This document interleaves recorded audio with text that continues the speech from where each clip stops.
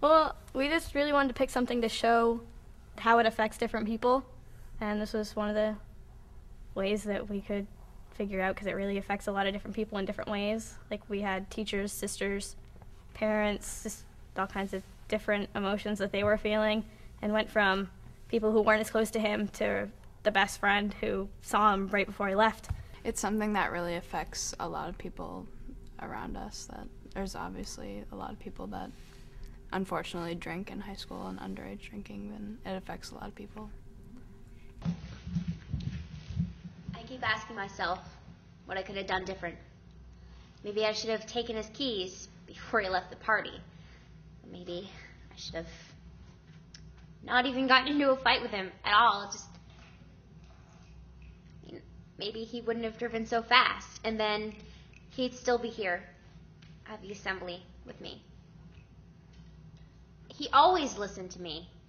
Always. Every time. He was my best friend. Why not this time? We're often told how terrible drinking is for us, and adults are pretty much preaching to us saying, well, it's bad, don't do it because of this. But it's very few and far between that we actually see something produced that shows us the consequences, not just, adults telling us how it's bad. This actually portrays from a young person's point of view how a drunk driving accident would affect the whole school. It's not always about dying. It's people getting in trouble also. Like, I had a friend recently who wanted to start drinking, and I was really against it and telling him, no, you could get caught. And he was like, no, I can just run, it'll be okay. And sure thing, he got caught, and now he has to pay for a lawyer and everything, so. Every day I wonder what I'm going to do without my big brother to help me out. He was always driving me anywhere I needed to go, helping me with homework, anything I needed. I never thought he'd be gone so soon. Maybe I could have just taken the keys when he came back to get him, or told Mom and Dad he was going to be drinking.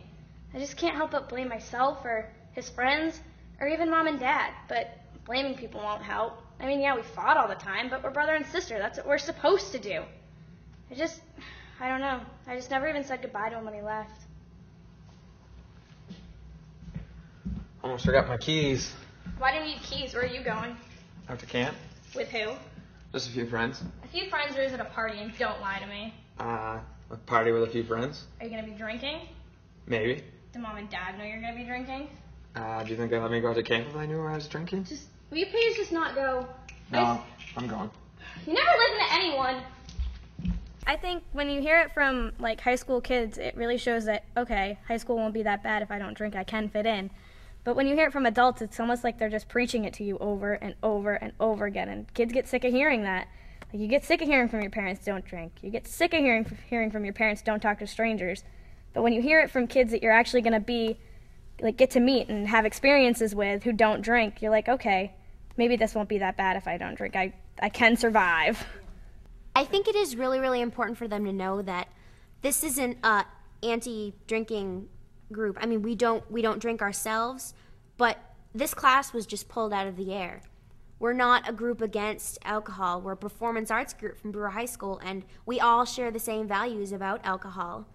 And I think it's important for them to know that some of us might have made our own mistakes, but that doesn't make us bad people. And if these kids decide to go off and choose to make bad decisions, it doesn't mean that they're automatically going to be contraband in the high school.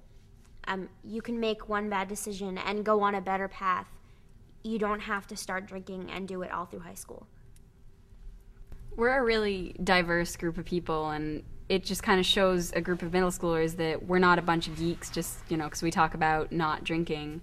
And we're all really different, so it just shows that, not just one group of people doesn't drink, and it doesn't classify them as one thing. I think really we need to learn more about alcohol and the dangers of it and the consequences, and learning from someone who's actually been there and having more speakers and people that actually know what they're talking about would definitely help out. I should have taken better care of him. He was my son. I never even talked with Charlie about drinking. 5 minutes was all it would have taken. I wasn't much of an example either. Hey, Charlie, how's it going? Pretty good, Dad. How about you? Oh, can't complain. Any big plans for the weekend? Just going out to camp with a few friends. Oh, that sounds fun. No girls, no girls. Oh, we can have a girl. I seem to remember there were always a few girls at camp when I was going up there, and you were one of them. Need any money, Charlie? A little bit. Not too much, remember, not too much. Don't tell me my business, devil woman. Here you go, Charlie. 10 ought to do you for the weekend. Thanks, Dad. Take a it good time with easy. Mom. Have fun. And nowadays, parents don't talk to their kids because, oh God, they would never do that. But truth be told, little Timmy is out there drinking and doing drugs when parents should really just sit down with their kids and talk to them. Parents shouldn't, when they find out their kid is doing drugs or drinking alcohol, shouldn't flip out. They should, talk. Talk to your child. That's all you need to do. Because if you talk to your child, you'll learn about your child more than you'll ever know. And it's the greatest thing you could ever do. He was the best boyfriend I ever had. I still remember our first date. Thanks for taking me out tonight. No problem. Thanks for coming out tonight. Call me. I will. I remember our first beer. My parents were out of town. It was just in the fridge. Maybe if we hadn't have tried to been cool, he'd still be alive. Hey, you want a beer? Yeah, sure. I've never tried this before. How'd you open that? Just like a soda can, man. Oh. Oh, this is putrid. Well, guess we'll have to get used to it. I think the worst thing about drinking is just that it's almost contagious. And you can come into high school and think you'll never drink, but you don't realize what it's like and how everyone really does. And even if you don't plan on it, you might get sucked into it. It doesn't matter what the school thinks, as long as your friends approve of it. I think that's the big thing that we need to worry about. People, when you're walking down the halls, you just look like, and you talk about it in public, what you're going to do this weekend. You're going to go get drunk. You're going to chug a keg or whatever. People are going to give you dirty looks and be like, why do they partake in that? But yet your friend beside you, the one that you care most about, the one that you want approval from, is going to be, yeah, I'm going to be right there with you. I'm going to be chugging that too. And that is all that matters. And I think that if we're going to try and get rid of that, people need to be more supportive of their friends. Unfortunately, there's a lot of people who think people are cooler if they do. I don't drink, so I don't get invited to many parties or anything like that, but I also know that more people respect me because I choose to follow a different path. And I hope, in the end, the people that act like I'm not the cool one because I don't drink, they'll realize that I might have been the smarter one. Wow. And generally, the people who do drink and do drugs are the people who you can fit in with, because when you're high, you can do whatever you want and you can just blame it on the drugs. It's harder to stay sober and fit in today's society than it is to just get high and do a whole bunch of stupid stuff and have all the friends in the world. All I was going to say was what she said about having all the friends in the world. If you do drugs, really they're not your real friends. If that's why you're friends. Your real friends come when you figure out who respects you for who you are and what you do or don't do. I think these kids should know that it's never acceptable to change yourself for other people, especially when it's something as negative as drinking, something that has so many consequences.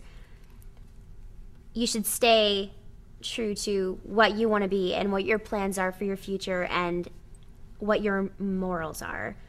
And us as upperclassmen should never pressure people who don't want to do these socially obstructing things to themselves to drink or to party, or because one decision leads to another and then you end up like Charlie.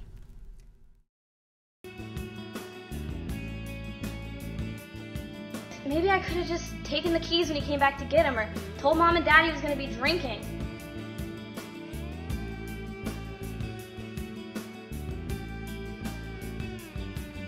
I never even talked with Charlie about drinking. 5 minutes was all it would have taken.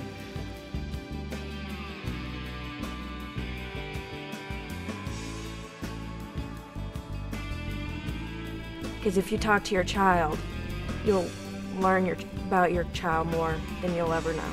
And it's the greatest thing you could ever do.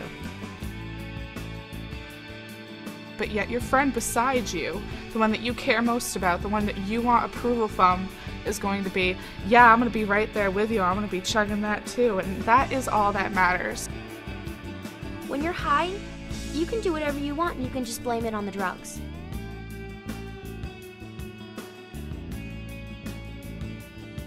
Oh, this is putrid. Well, guess we'll have to get used to it.